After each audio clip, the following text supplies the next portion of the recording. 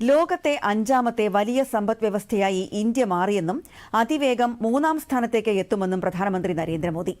India Cyprus CEO ഫോറത്തെ അഭിസംബോധന ചെയ്യുകയായിരുന്നു അദ്ദേഹം. ഫ്രാൻസിന് സമാനമായി സൈപ്രസിനെയും UPAയിൽ ഉൾപ്പെടുത്താനുള്ള ചർച്ചകളെ പ്രധാനമന്ത്രി സ്വാഗതം ചെയ്തു. പല ഇന്ത്യൻ കമ്പനികളും സൈപ്രസിനെ യൂറോപ്പിലേക്കുള്ള ഒരു കവാടമായും IT സേവനങ്ങൾ, സാമ്പത്തിക മാനേജ്മെന്റ്, ടൂറിസം എന്നിവയുടെ ഹബ്ബായുമാണ് കാണുന്നതെന്ന് പ്രധാനമന്ത്രി വ്യക്തമാക്കി. उल्लेख किया और भारत में यहां से उल्लेखनीय निवेश भी हुआ है। कई भारतीय कंपनियों ने भी साइप्रस में और एक प्रकार से साइप्रस को यूरोप का गेटवे के रूप में ही देखा है।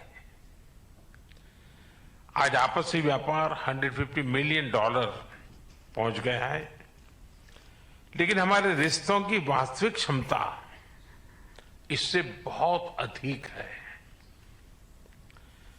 आप में से अधिकतर लोग भारत से जुड़े हुए हैं और पिछले 11 वर्षों में भारत की ग्रोथ स्टोरी को भी देखा है. സൈപ്രസിലേക്കുള്ള ഒരു ഇന്ത്യൻ പ്രധാനമന്ത്രിയുടെ ആദ്യ സന്ദർശനമാണിത്. സൈപ്രസിൽ നിന്നും പ്രധാനമന്ത്രി കാനഡയിലേക്ക് പോകും. ബുധനാഴ്ച ക്രൊയേഷ്യയിലെത്തുന്ന പ്രധാനമന്ത്രി ഉഭയകക്ഷി സഹകരണത്തിന്റെ കൂടുതൽ സാധ്യതകൾ ആരായും.